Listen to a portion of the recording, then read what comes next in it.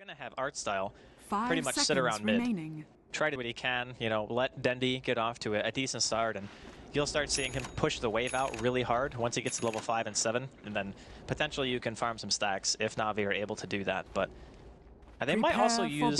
Are they going to use Seneko or are they going to use art style?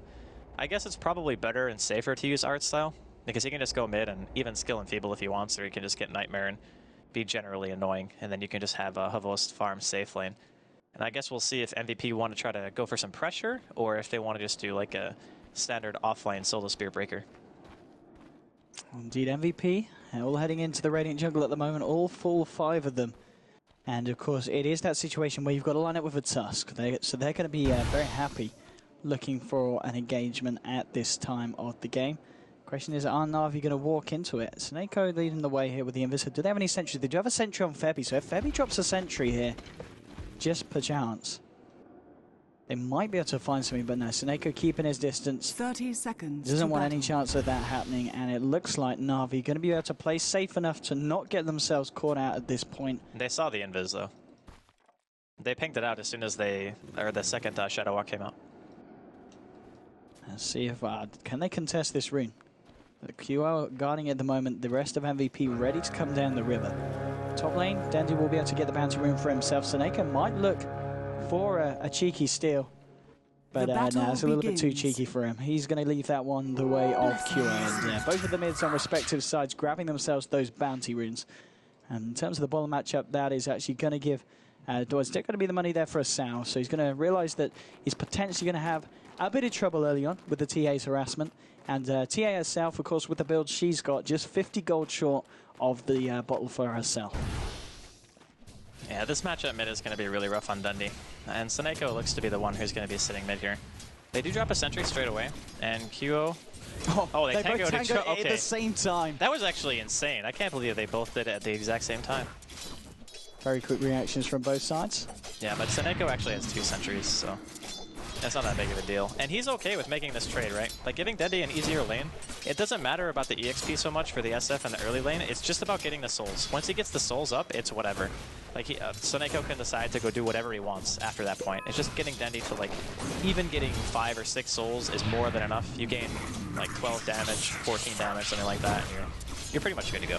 I mean, what do we reckon about these lanes then? So kind of dual lanes coming out from the side of MVP. You've got March and Febby down here trying to deal with her Borst and Artstar. And then top lane you have Nuts. And of course KP dealing with the Funny dancing. Funny's going to get a lot out of this lane. It's actually very difficult for this particular hero combination to kill him, unless for some reason they're able to stun him while Surge is going out. But it's important to keep in mind that Witch Doctor has a travel time on his stun. So unlike Rubik or anybody else with an instant disable, you're not going to be able to cast it on him when he's surging away, which is typically the best time to use it because you want to circumvent the movement speed that you get from the ability itself. So when you cast Cask, if he's actually surging away already, the stun doesn't hit him until the surge is over, which means he's already too far away. So this particular hero combination is not so great at zoning, whereas bottom, it's like the man's lane. You got Tusk and Spirit Breaker. Eventually, they're going to try to go for kills, but I think Bane is tanky enough of a support to where I don't think either team is really going to kill each other unless they really hard commit. I mean, either way, it looks like Havost is going to have the farm secured for himself here. Artstar able to create the space. Still seeing Seneko, he really wants to try and look for that kind of bottle snipe there, or to get the courier. But it's going to be QR holding onto the bottle and just looking to get the runes instead. Febby there as well, maybe just in case there was going to be any kind of sneaky action going on from the Bounty Hunter. But CS-wise so far, Dendi, thanks to Seneko's helping hand, having a grand old time in the mid lane. 14 to 13. 13 denies against QO's 3-0. QO getting totally crushed. I think he goes down here as well. This is going to be terrible for him. Dendi, you're getting the first blood as well. I don't think this mid lane could have been won any harder. This is a complete smashing. Like, 16 and 15 with first blood. Like, this is the dream for a Shadow Fiend. Like, getting a babysit like that, and your bounty hunter also securing you a kill. There is absolutely no way you're going to see a better start than this. Like, I don't really know what QO's game plan is going to be after that. Like, Dendi's already very far ahead. He's a full level behind, and we're going to see Funnick actually will drop a top lane, but he gets a counter kill. Yeah, with the double iron shells by the looks of it. And bottom lane, there's a bit of action going on as well as a Force here moving in onto our March. March trying to charge, getting the best onto Artstyle's not going to find it. Now the delivering crush for Force, holding back Febby. Artstyle's solving up, and Artstyle might just move back in. He's going to have a brain sap in a few seconds if need be. Febby trying to run himself away from Force, but there's the crush. Double kill for Force here. And QO dies again. Oh, wow. So MVP's entire team pretty much just died. Every single person. QO died, Tusk died, Spirit Breaker died, Witch Doctor died. The only person who lived through that entire thing was KP. So we talked about how Funnick was going to get a decent amount out of his lane. He gets a kill. He does trade his life for it, and I think the support actually died after he died, so maybe not the ideal trade. But still, Na'Vi, they're off to an amazing start here in Game 2. Dire's middle tower is under attack. And 5-for-1 at the moment on the board. And Suneko, as we said, the fact that he was able to secure that mid lane so hard, and he got a fair bit of XP out of it as well, been finding the bounty runes, sitting out halfway through level 3, 4 minutes in. Not bad at all for this bounty hunter that's just been camping mid. Backup has been called in on the mid lane though. Febby now on the Tusk hanging around, and there's also Nuts potentially looking for a wraparound as it's indicated on the map. Dendi going pretty high up onto the high ground. They've got Suneko here as well though for this fight if it kicks off. Nuts maybe looking to try and wrap around onto this one, but he might actually get caught out by Suneko, and they might just go and look for the kill here. Dendi moving in. The paralyzing cast will bounce once. Suneko continuing to chase this down. Nuts should be okay just about with the Voodoo Restoration, and the side of MVP will get themselves out, but still, Dendi is certainly getting to the point where you've got to kind of ask yourself, what are Phoenix going to do about it? The real problem is not even what are they going to do about Dendi, it's what are they going to do about Funnick now, because he's left alone. Like, he's level 5 at 5 minutes in. That's great. Like, he's got 1 death, but big deal. He's still getting farm and experience. It's all he really needs. It's not always a matter of what the mid player gets, is how much of a reaction the enemy team has to put towards you because of your performance in the game so far. Like, by Suneko camping mid, he's forced MVP to react to Dendi because of how much farm he's getting, and due to the fact that QO is... I mean, he's level 4. He's lower level than Navi's offlane right now.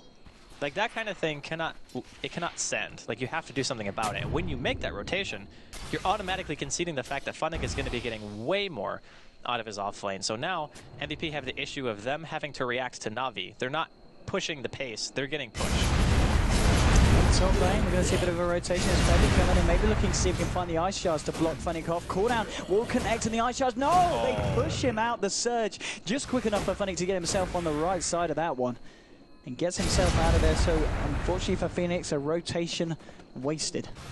Now that was really close though, to be fair. Like, that was barely off the mark, and Suneko continually being annoying here, chasing down onto QO. He is getting charged though. Yeah, March coming in. Do they have any dust though? And Witch Doctor, no, it doesn't look like they do. There's going to be the defensive nightmare anyway. And Suneko is going to be able to get himself out of there. Nothing coming of it for MVP once more, and still just kind of forcing QO back out of the lane. Dendi's starting to clear up the creep camps here as well in the jungle. And Suneko with this double damage, he's going to maybe go for something onto March if they can find the crush. And there we go, they're going to get it. And with the double damage, I think March could be in a lot of trouble. He has got a charge. No, he's not going to find it. Have forced there with the bashes, bringing down the Spirit Breaker. And that, of course, is going to be the 3rd kill now for your safe lane Slardar, who's having a grand old time in terms of the farm as well. Still slightly losing out there to the KP Gyrocopter. And again, you always talk about KP. It's going to be all about what this Gyrocopter can achieve in the mid game, and talking about everything in the mid lane. QO caught out by Nightmare, but there's going to be backup this time from MVP. Artstyle might be trying to get the brain sample. Now with the snowball, keeping QO alive. QO, can he get himself out of this one? Yes, he can. Artstyle will fall, and now Dendi, final right click, finishes off Febby. So it's a 1-for-1 in the mid lane. Both supports trading their lives, but Dendi, of course, getting that kill, and now on a killing spree 7 minutes in. I think he could have actually killed them both. It was unfortunate. I think the way the Ice Shards were landing, he couldn't get a good line on the 3rd raise. So when they used Ice Shards and went into Snowball, the 2nd raise missed. So he's trying to line up a closer to 20 large. Oh, he's just going to be able to charge out in time.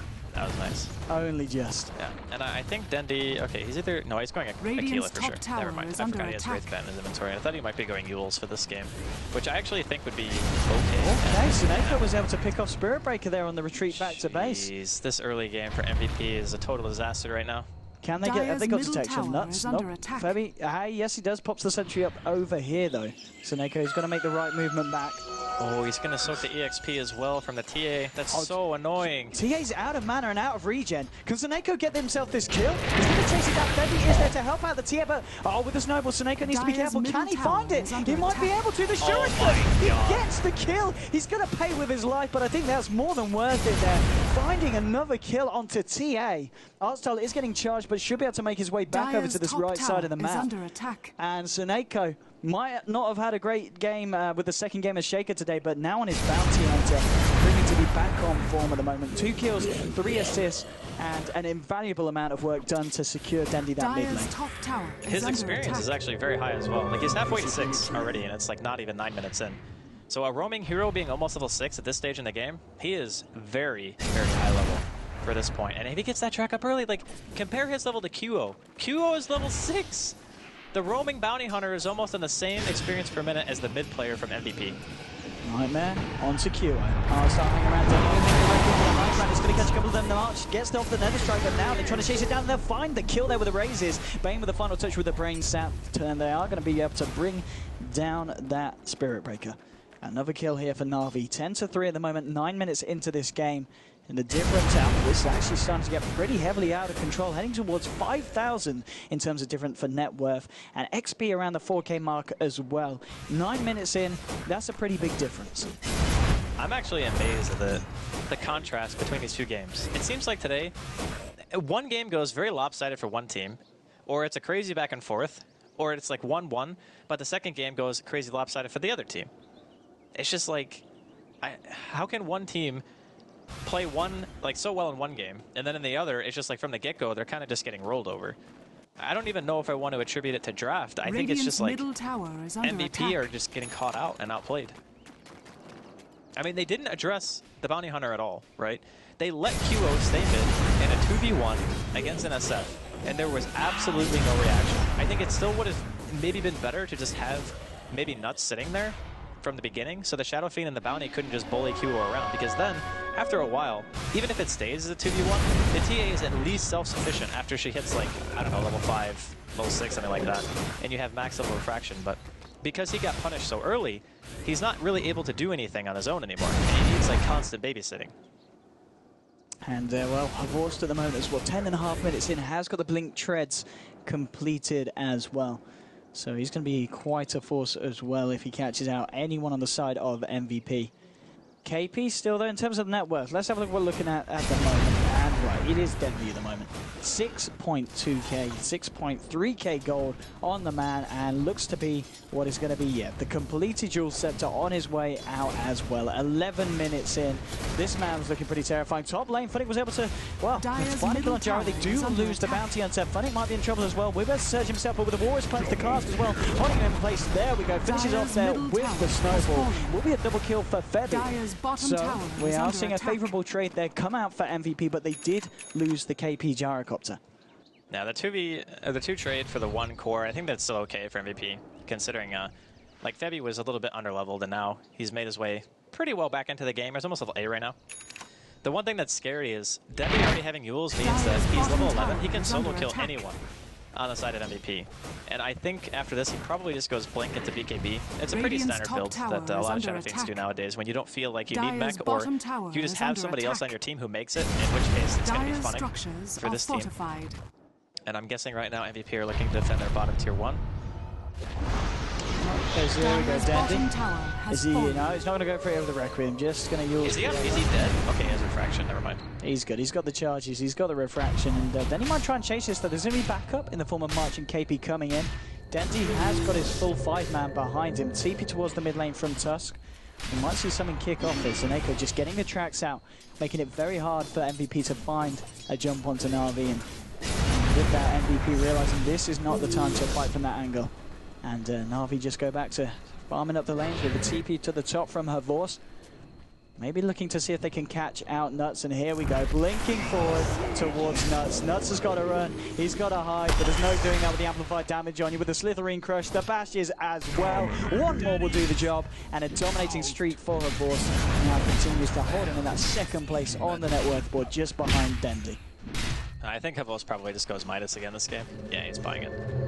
This game is a much more acceptable Natus game. Can they get some got a dust, but Dendi there with the Yules.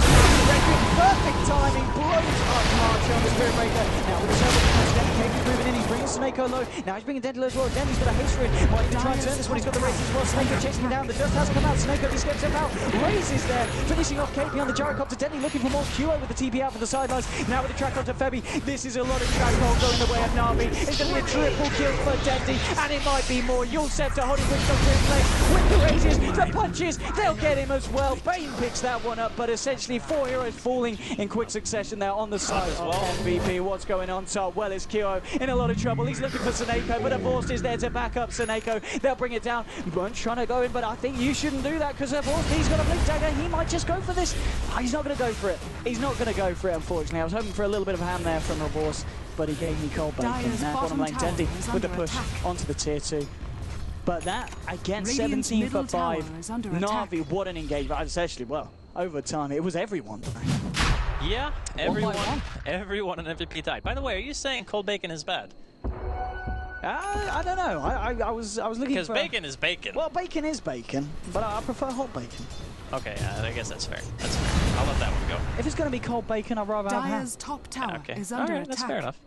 I'm looking at this game right now, and I'm thinking to myself, how did MVP get themselves back into the game? Because right now, it's Blink Fuels on Dendi. We're at the 1,000 difference per minute now. 14k lead, 14 minutes in.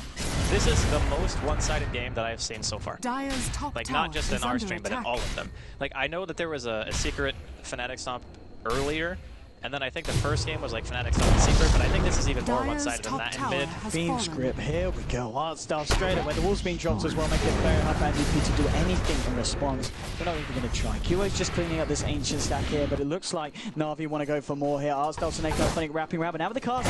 This is nice with the Deadwood. Okay, that's going to be one hero down. Can they find Snako here as well?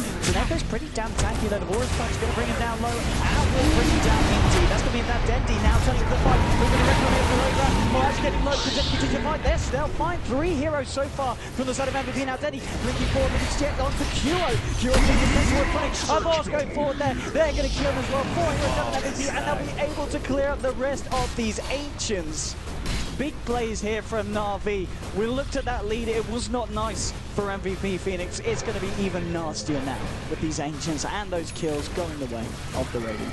So Dendi is going to almost have his BKB after this dive, I think. Okay, they're going to back off. They realize that MVP are now reviving and they don't want to risk it, so they didn't lose too many of the ancient stack. Their team is actually not very good at killing him at this stage in the game, so I understand Na'Vi's hesitance to go in there and try to just clear that out completely, but it's like the graph just isn't stopping, Owen. It's just not stopping. They're just continually getting farther and farther ahead, and I mean, sure, every kill you get for MVP right now is worth so much. Like, if they kill Dendi, they're going to get a ridiculous amount of gold. Like, thousands, probably. Just from it's one a big kill. if. I mean, it's what, 16 minutes in. They haven't been able to kill him yet. He is now pretty much double the net worth of the highest person on the side of MVP. And actually, there's a fight going on. Let's have a look. They bashed him up the high ground! There's a missile chasing him down. I don't know if it's going to be enough to kill him. What level is the missile? It is only level 1. Snako should be fine. He's got the Glimmer Cape as well. The dust has come out with the Nightmare now to Mark. Holding back the Spirit Breaker. KP will kill him out. V-Script, Slippery Foot onto the raises. KP goes down. March, he's got nowhere to run. He'll fall as well. Godlike streak down for Dendi. They lose Snako, but they take 2 back with vengeance. That was almost like the sickest save by Artstyle. He gets a Nightmare off, and the dust wore off, but unfortunately for him, there were multiple people carrying dust. Now, TA, I don't think you want to be here. No, dude, he's fine. He's going to walk it off. No, he's fine. Walking off in the next life. That's... well... It's a bit of a stomp, a bit of a crush, a slithering crush to put it precisely. Avorst now, again, both Avorst and Dendi have not died at all this game. Let's have a look at the KDA. What are we kind of seeing across the board, Jen? It's pretty horrific if you are an MVP Phoenix fanboy or girl. This is, and now they're going to get Roshan as well. Now they're turning their attention to it. I don't think there's anything that Phoenix can do at this point of the game to stop it. The amount of damage that they're just going to take it in a matter of seconds. It doesn't even feel like the game's been 17 minutes. It feels like a longer game. You know? When you see people with this type of item progression, like BKB, Midas, Treads, and Blink Dagger, like on Slardar, and Dendi having Blink, Yules, BKB. 18 minutes in. Yeah, 18 minutes in. But this is what happens when you stomp really hard with a bounty hunter. Like, your gold inflation is insane. Like, you just get so much income from just killing over and over and over again. And they built items like... The reason why I said I thought Euros was good this game before Dendi picked it up is it's such a nice item for being able to take those isolating engagements and just go for kills. And that's what MVP's team also want to do. But the thing is, they have track. So anytime that happens, you just get so much more out of it. Arsenal's going to be charged up here. He's got the backup of Havors. Did they want to try and turn it? I think moving in has the wall available for this fight if it kicks off. And just missing Dendi at the moment. He's looking to try and get the momentum of the creeps, heading towards this tier 2 on the top lane. And looks like the rest of Na'Vi will head to join him here. And you can just feel that Phoenix, they just can't find the time to fight. And at this point of the game, it's going to be so damn hard for them to do so. I just don't know how they're killing the members of Na'Vi at this point. That is the question. Can they actually kill anyone? I mean, to be fair, their heroes aren't actually that tanky.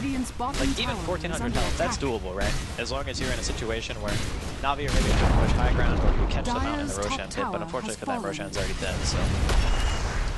Maybe you can kill Dendi once, maybe you can kill Havos once, but Dendi with the Aegis, I'm not entirely sure if they can take him down 2 times. The best, most likely the best play here is just to go for the tier 2s and just play it safe. Like, again, every single kill that MVP get is worth a ton because of the lead that Na'Vi have right now. Like, we're looking at 20,000 gold, over 15,000 experience in 19 minutes in. Like, that is staggering. Yeah, it is. I don't think it just casting. I don't remember the time I've seen a stomp that was this big. The differences being created in terms of network and XP are absolutely big. And this tower's only going to push it even more here, as they should be able to claim this one nice and easily from the mid lane. More money there in the pocket of Na'Vi. And just the final tier 2 getting indicated here on this bottom lane. They're going to come and push this creep wave back in, but Phoenix at the moment just in the base. They just, I don't think they know what the plan is here, because I don't know if there is a plan that you can do to stop Na'Vi at this point. The plan is pretty much don't die in top lane.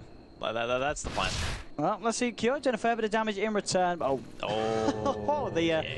Fiend's grip there as well. There is going to be a charge. Maybe MVP feel that they can fight off the back of this. Going to go for art style here, but Arsenal's going to be great. They saw the double dust coming out with the Death Ward, but they're just not killing anyone. Havors finds March. The Death Ward might kill Havors. It does. They're able to kill Havors, which is pretty impressive. The first time he dies this game. Now Nelson Febby turns to art style, but art style with the help of Snako should be able to fight this one. Funny turn of it on. He has come in with a very nice pull out. Heal at the back of this front. They're going to get just able to get himself out of there. No one's going to die here other than Havors. MVP do lose 3 heroes for it though across the map, and they're almost certainly, well, they're going to lose this tier 2 here as well. They may even lose KP. There's 3 heroes, just 2 at the moment chasing it down. Funnick and Seneko. Yeah, looks like Jaro's going to be okay. But I mean, one of the better trades that MVP's had this game, but that's not saying a lot at this point. Well, it was a trade. That's it was a trade. They got something in return. They got Havors. Most of the time this game, they haven't been making trades. They've just been dying. So to make a trade is a good trade if you're MVP. And if we discount the gold that they lost from dying, it was roughly like 500. 1 hero was almost worth the same as 3 heroes from the side of MVP. That's ridiculous, because when Havos died, it was 1,330 gold. Like, that's a lot of gold for 1 kill, right? No, it's probably not going to be reflected in the graphs because Na'Vi still, Na'Vi still got more out of it. It's just to say that we might see a little dim.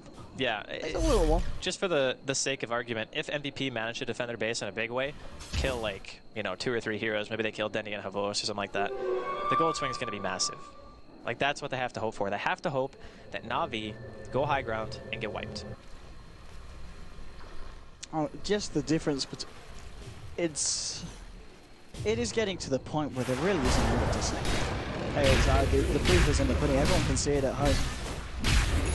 And Kyo now offering up his life to the gods. There's nothing you're going to say about TA, I'm afraid. They're going to try and fight to this level. Force popping the BKB, going for March here. The track's on him as well. Now he's going to go and help Seneko here, looking for Febby. Death Ward has been popped down, but now the Nightmare cancelling the channeling. There's Dendi here with the record. Connects onto KP. They've lost 2, they've lost 3. Who is dying? Well, it looks like at the moment it's dying. Everyone's dying.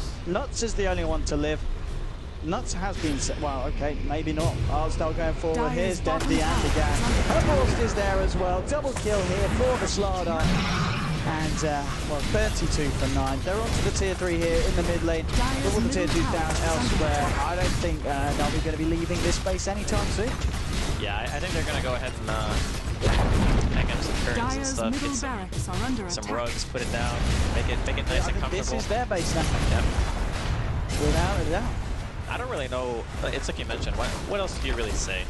It's Na'Vi just completely crushed them. There's not really much that he can do at this Over point. 30,000, 23 minutes in. This has got to be one of the biggest advantages I've ever seen. It's got to be a record. It's got to be close to it, at least in this patch. I don't think differences of this big have been. You see, it's very rare to see games like this. It starts out almost like forward. He doesn't, because he just gets taken down immediately. Let's see if they can kill one. They might kill Archon though. Lemikemi, he's going to be fine. Diamond Greaves as well. I don't think they're killing anyone on the side of Na'Vi. And no, they're not indeed. GG is cool. Na'Vi will take game 2 here against Dendi. Oh, they lose Snake. There we go. They find something. Even killing the bounty hunter with no kill streak was worth 850 gold. Like, that's how big of a network difference there was between these two teams. So, again, it's very uncommon to see games like this, because if you're winning that hard, usually the game just ends, right? Like, you get like a 20,000 gold experience lead at 20 minutes, the game is just over. Like, every hero on Na'Vi just had such insane GPM. Like, Dendi had 800 almost. Slardar had 600. The bounty hunter, who had 16 CS, has 500 GPM. Like, that difference is staggering for a competitive game, so...